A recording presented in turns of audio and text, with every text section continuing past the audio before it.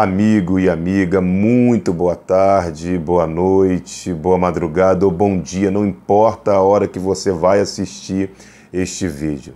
Desde já quero te agradecer por você estar aqui comigo, conosco. Este canal está sendo desenvolvido para levar a palavra de Deus. E antes de mais nada, eu queria pedir que você pudesse deixar aqui o seu like, o seu gostei, possa acionar as notificações para receber a atualização deste canal. Amiga e amiga, eu decidi, tocado pelo Espírito Santo, usar as redes sociais, como já vem fazendo alguns colegas pastores e pregadores por este país. Essa decisão de se utilizar de todos os meios necessários para levar a Cristo a salvação partiu da compreensão do que aconteceu no livro de Atos dos Apóstolos, escrito pelo Dr. Lucas. Faço referência aqui ao capítulo 17 do livro de Atos. E essa decisão é uma decisão estratégica, inteligente de quem faz. Ali Paulo passa por Filipos, uma colônia romana. Lá ele é preso e açoitado, mas deixa uma igreja plantada. Saindo de Filipos, lá em Atos 17, ele chega em Tessalônica, capital da Macedônia. De lá, ele é enxotado pelos judeus invejosos e da malandragem. Paulo chega então em Bereia. Diz a Bíblia que esses irmãos bereanos eram nobilíssimos, porque se apoiaram nas Escrituras, dando crédito ao que o velho apóstolo os anunciava, Cristo e a ressurreição. Mas é a partir do versículo 16 de Atos 17, quando Paulo chega em Atenas, a capital intelectual do mundo, que algo grande acontece. Diante da idolatria dos atenienses, que adoravam mais de 30 mil divindades naquele tempo, Paulo, muito incomodado, prega Jesus e a ressurreição para aquele povo. Ele consegue revolucionar a cidade, mas perceba que naquela época não havia os meios que nós temos disponíveis para falar de Cristo hoje, como agora, eu aqui na rede. Todos pararam para ouvir a palavra e Paulo. Eu pensei, poxa, eu uso as redes sociais, mas não falo de Cristo como deveria por lá ou por aqui. Agora farei deste meio mais uma forma de levar a Cristo.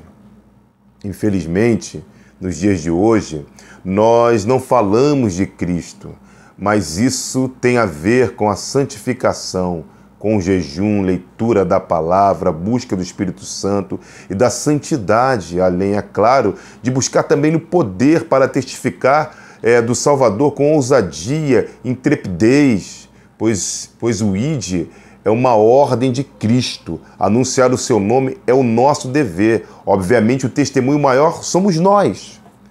Quanto menos eu e você lemos a Bíblia e deixamos de buscá-lo, menos cristão eu e você seremos. Entenda isso. Menos cristão eu serei, quanto mais longe ficar da palavra. Não apoie seu cristianismo, irmão, em sua própria justiça e análise de si mesmo, pois só quem pode julgar foro íntimo é Deus. A partir disso, não sei se você concorda comigo, mas nós estamos vivendo uma crise aguda, agônica, endêmica e sistêmica, mas que eu posso te afirmar que é superável. Nós não estamos vivendo uma crise das pragas que consomem as lavouras ou a seca, por exemplo, ou uma crise de uma invasão militar que tira nossa soberania, que rouba as nossas liberdades e que destrói os sonhos de desenvolvimento daquele país invadido. Mas nós estamos vivendo uma crise muito séria, uma crise política, uma crise moral, uma crise social, uma crise de valores, uma crise de inversão de valores, uma crise da violência, uma crise da promiscuidade, uma crise do comércio do ser humano, como se fosse um objeto descartável. Onde, meu Deus, se confessa que os bichanos têm mais valor do que o ser humano, criado à imagem e e semelhança do Deus que criou os céus e a terra e de tudo que nela há. Essa é a crise que estamos vivendo, uma crise espiritual e de apostasia, de rebelião contra Deus, de se virar as costas para Deus, às vezes por motivos... Aliás, não existe motivo, né? De não permitir mais que o nome de Deus seja exaltado nas escolas, nas universidades, nos lugares intelectuais do mundo. Nós estamos vivendo uma época em que os palácios, os parlamentos e as cortes estão cada dia mais esvaziando a fé e atacando o cristianismo, cada dia mais colocando o homem no trono e deslocando Deus para a lateral da vida, fazendo do Criador um ser descartável. E é por conta disso que a desgraça está no meio do povo. Como se isso não bastasse, estamos vivendo uma crise espiritual, denominações inteiras se rendendo ao liberalismo, ao sincretismo religioso, ao paganismo, outras denominações marchando para uma ortodoxia árida, seca e morta. Nós estamos vivendo uma crise e ela está aí posta diante de nós. A grande pergunta é: o que precisamos fazer? O que deve ser feito? É nesse momento que o livro do profeta Joel se torna tão relevante, porque há uma proposta de Deus, há uma saída, há uma janela de um escape, há uma porta de salvação, há uma voz vinda do trono de Deus, mostrando o caminho de redenção, de solução, de saída dessa crise que vivemos. Então, eu chamo a sua atenção para que o profeta vai dizer no capítulo 2, do versículo 12 a 14 do profeta Joel, que diz assim, vamos à leitura, capítulo lá. Ainda assim, agora mesmo diz o Senhor, convertei-vos a mim de todo o vosso coração, isso com jejum, com choro e com pranto.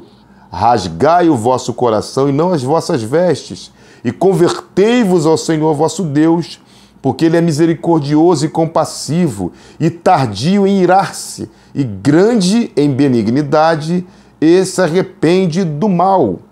Quem sabe, se não se voltará e se arrependerá, e deixará após si uma bênção, uma oferta de manjares e libação para o Senhor vosso Deus.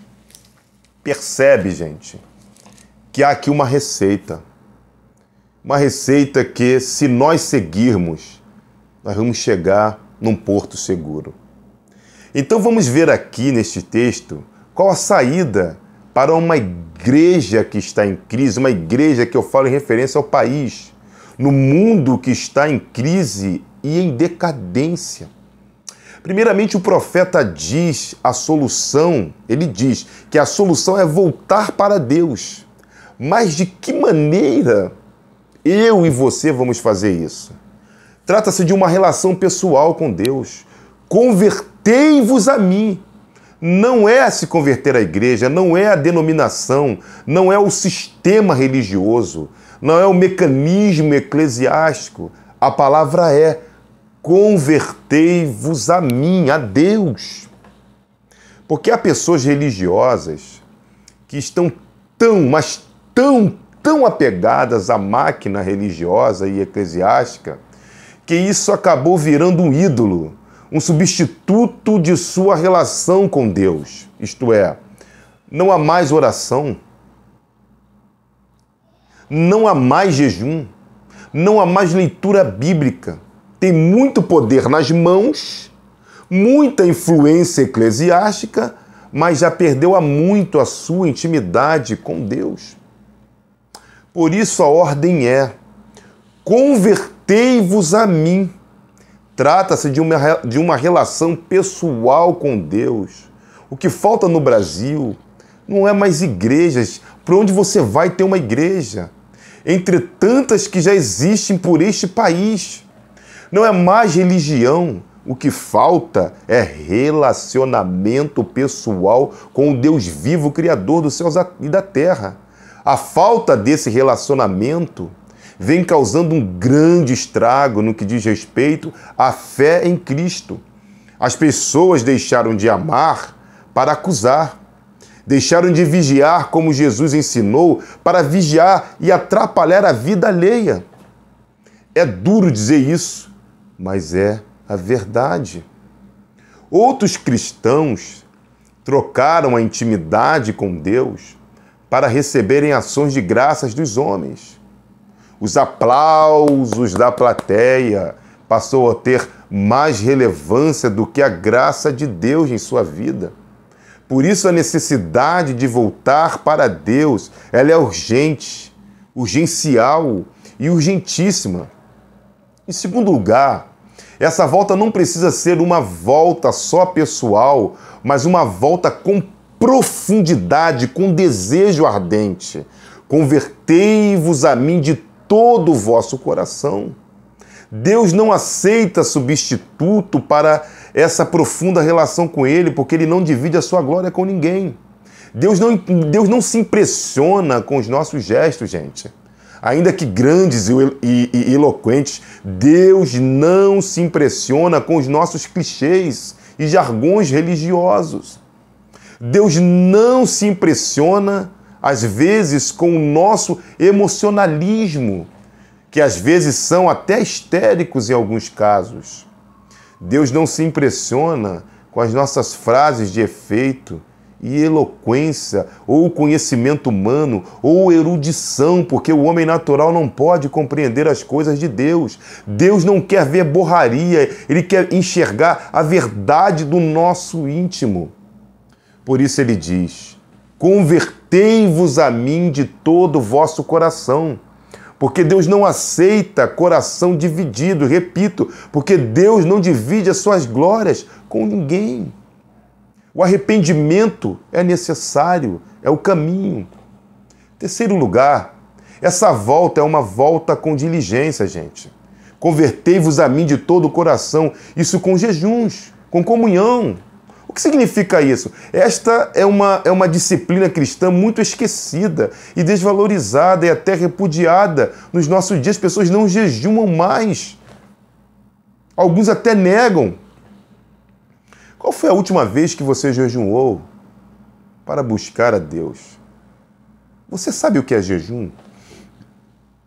Jejum é quando você se abstém daquilo que é bom, gente, para buscar aquilo que é melhor. Ou seja, o que vem do alto, o que é divino, o contato com Deus, comer e beber, é maravilhoso. E põe maravilhoso nisso, eu gosto de comer. Mas o jejum nos aproxima de Deus. Foi Deus quem nos deu a vida. Foi Deus quem nos criou, nos dando os sentidos dos quais temos o paladar.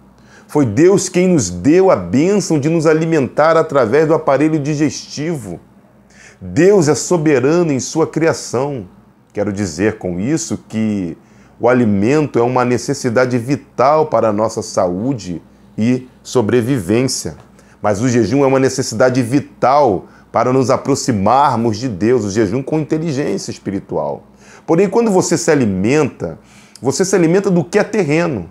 Mas quando você jejua, você se alimenta do pão que é do céu, da comunhão com o Pai Celestial. Isso é maravilhoso, gente. É quando você se abstém daquilo que é bom para aquilo que é incomparável, que é a comunhão com o Pai. Isso é uma bênção, uma glória. Foi nos dado esse acesso. Nem só de pão viverá o homem, disse o Senhor, mas de toda a palavra que procede de Deus. Jesus disse isso na tentação. Jesus é fome de Deus, jejum é fome de Deus, é um ato da qual você prioriza Deus e o que é santo. É como se você dissesse que precisa mais de Deus do que se alimentar. Essa volta tinha ou tem que ser com essa diligência, essa inteligência, gente, e esse cumprimento. Em quarto lugar, essa volta obrigatoriamente precisa vir através do quebrantamento, com choro, mas não é choro de lágrimas de crocodilo, não, e com pranto. Não é o choro e o pranto da espiritualidade cênica, do teatro ou do teatro, como diz nós carioca, dos fariseus pós o período intertestamentário ou da coreografia religiosa.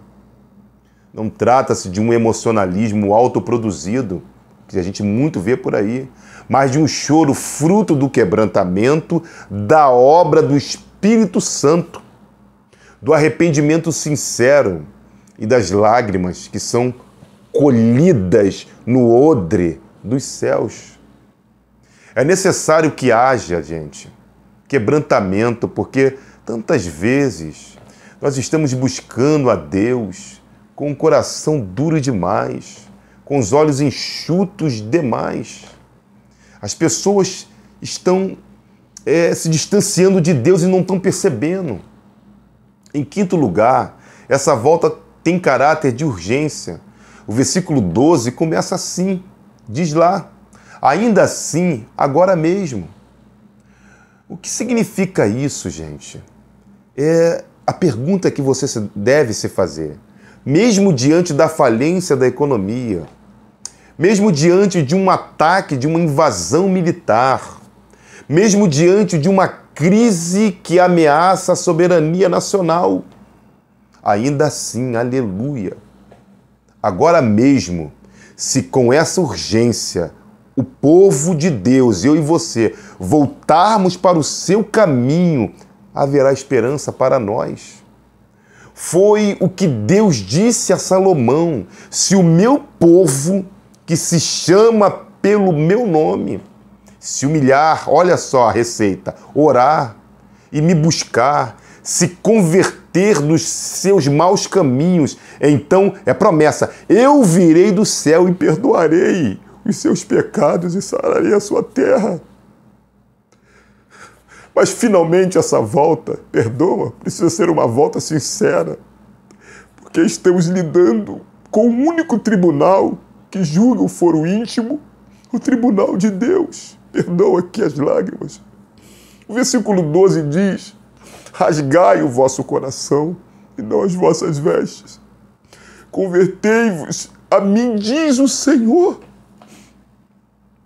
Havia um costume naquela época de, quando alguém recebia uma notícia trágica, ou passava por uma tristeza, ou uma dor muito grande, podia ser também uma calamidade, a pessoa rasgava as suas vestes numa espécie de quebrantamento.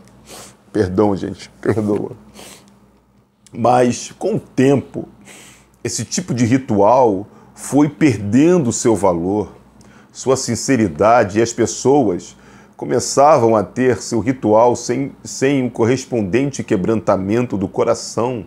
E o coração é a fonte principal. E coração aqui não é no sentido da anatomia humana que nós conhecemos. Presta atenção que rasgar as vestes sem rasgar o coração não tem valor nenhum para Deus.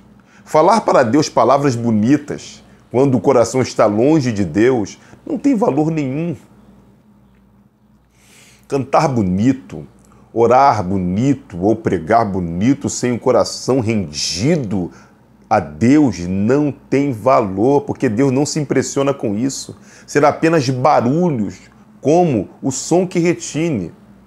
Deus quer e nos exige uma espiritualidade íntegra e honesta, superlativa, sincera e sem cera, sem maquiagem, sem hipocrisia, sem máscara, gente. É desta maneira que a igreja precisa buscar um avivamento espiritual e se render aos pés do Salvador de forma urgencial, urgente, urgentíssima. Mas isso, queridos, requer renúncia. Mas as pessoas não querem viver uma vida de renúncia, onde pelo bom nome de Cristo e pela cruz que nos foi proposta, não teremos uma vida fácil assim como muitos crentes imaginam. É nossa cruz. Mas o Senhor nos disse no Evangelho de João: tem de bom ânimo, eu venci o mundo. Isso é uma promessa. Viver por vista é prejuízo certo, mas pela fé é a certeza da esperança que a promessa de Deus na minha e na sua vida continua de pé. Isso independe das circunstâncias ou se o mundo está caindo. Não desista do seu chamado. Não desista de Deus. Não desista dos céus por conta dos homens e das decepções que você já presenciou e até viveu. Querido, Jesus te ama. Você é especial para Ele. Hoje, agora, é o dia aceitável do Senhor. É a oportunidade de voltarmos de todo o nosso coração e dizer: Pai, me ajuda. Pai, me restaura. Pai, me edifica, me santifica. Eu quero viver a santidade do Senhor, não uma vida superficial, um cristianismo superficial e aparente aos homens, mas um cristianismo, uma vida contigo, ó Deus Santo. Que Deus possa te abençoar, te iluminar, que essa palavra possa edificar teu coração. Deixe aqui seu like, curta, compartilhe, acione o sininho que eu continuarei pelo Espírito gravando mais vídeos e usando desses meios para glorificar o nome do Senhor. Que Deus te abençoe e até a próxima. Amém.